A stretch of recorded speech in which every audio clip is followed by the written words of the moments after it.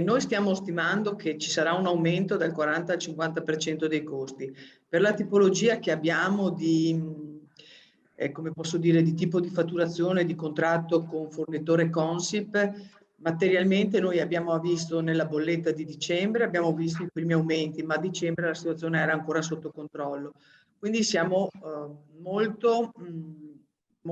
preoccupati e stiamo accantonando risorse. Però che cosa vuol dire accantonare risorse? Vuol dire che quelle risorse che lo Stato ci dà tramite il Fondo di solidarietà comunale per implementare servizi e per far fronte comunque a un'emergenza che già avevamo, che era l'emergenza appunto della pandemia, di fatto adesso sono praticamente congelati, ma sono somme attorno ai 200.000 euro. Noi stimiamo che avremo aumenti sui 600.000 euro, voglio dire, per le dimensioni del nostro comune. Per cui siamo ben lontani dall'avere l'accantonamento delle risorse. Però è un principio comunque sbagliato, perché vuol dire che stiamo già agendo sull'erogazione dei servizi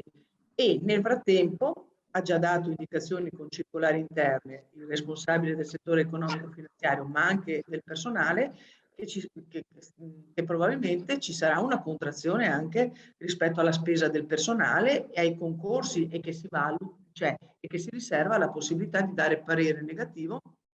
di fronte all'evoluzione della situazione. Abbiamo anche calcolato che sostanzialmente nel famoso decreto di 2 settimane fa che ha fatto il governo, probabilmente è in grado di coprire il 10%, ma al 10% è già una previsione ottimistica degli aumenti. Quindi è assolutamente insufficiente quello che ad oggi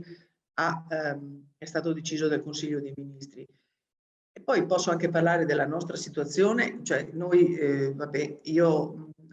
sono stata eletta nel 2012, venivamo già da una situazione molto complessa, per cui era stato impostato, come dire, per quello che riguarda la tassazione e le entrate di comune, era stata fatta un'impostazione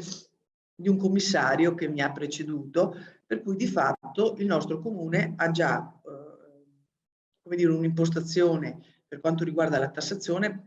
piuttosto già impegnativa per i cittadini, dove non potremo comunque toccare assolutamente nulla, e per cui la domanda è riusciamo a tagliare i servizi? Come? Riusciamo a tagliare la spesa del personale, ma la spesa del personale in un momento in cui già abbiamo poco personale e in cui dobbiamo anche rispondere a questa grandissima opportunità alla quale noi amministratori, sia come ANCI del Veneto, ma sia come ANCI regionale,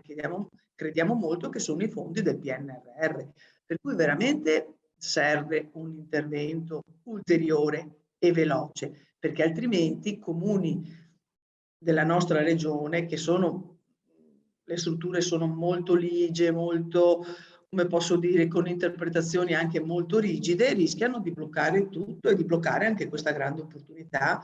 che è per le comunità, per le aziende, per i territori, che sono i fondi PNRR, che poi non si riusciranno a realizzare.